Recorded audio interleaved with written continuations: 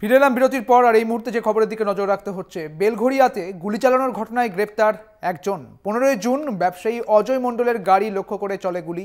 বিহারের ছাপড়া থেকে এক দুষ্কৃতীকে গ্রেপ্তার করা হয়েছে। গ্রেপ্তার করে ব্যারাকপুর থানার পুলিশ। আপনাদের জানিয়ে রাখি, বেলঘড়িয়ায় ব্যবসায়ীকে যে হুমকি দেওয়া হয়েছিল, সেই হুমকির ঘটনায় এবার একজনকে গ্রেপ্তার করা হয়েছে।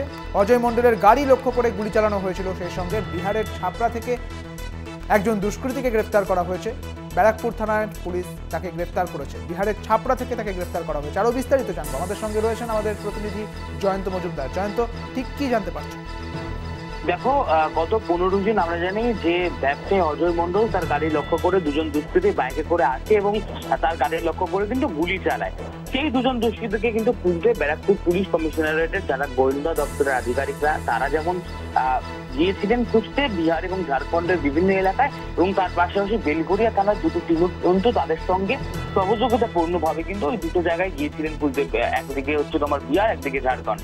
এবং তারপরে সাহিল কুমার সিং বলে একজন দুষ্কৃতীকে কিন্তু বিহারের থেকে কিন্তু গ্রেফতার করা হয় এবং তারপরে তাকে কিন্তু বেলঘড়িয়া থানায় নিয়ে আসা হয় এবং তাকে কিন্তু দফায় দফায় ব্যারাকপুর পুলিশ কমিশনারেটের যারা আধিকারিকরা তাকে জিজ্ঞাসাবাদ করে। এবং তাকে জিজ্ঞাসাবাদ করার পর যেটা জানা যাচ্ছে, পুলিশ সূত্র খবর অনুযায়ী হাওড়া থেকে আরেক দুষ্কৃতীকে কিন্তু পুলিশ গ্রেফতার করে এবং তাদের কিন্তু ইতিমধ্যেই বেলঘড়িয়া থানায় আনা হবে এমনটাই জানা যাচ্ছে।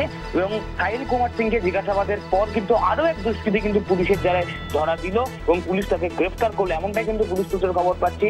এবং তাদের কিন্তু ব্যারাকপুর মহকুমা আদালতে পাঠানো হবে বলে জানা যাচ্ছে। বেশ, অনেক ধন্যবাদ জয়ন্ত তোমাকে। আমাদের সঙ্গে ছিলেন আমাদের প্রতিনিধি জয়ন্ত মজুমদার। আপনাদের জানিয়ে রাখি, 15 জুন ব্যবসায়ীকে লক্ষ্য করে যে গুলি চলেছিল, সেই ঘটনায় এবার একজনকে গ্রেপ্তার করা হয়েছে। বিহারের ছাপড়া থেকে একজন দুষ্কৃতীকে গ্রেপ্তার করেছে ব্যারাকপুর থানার পুলিশ।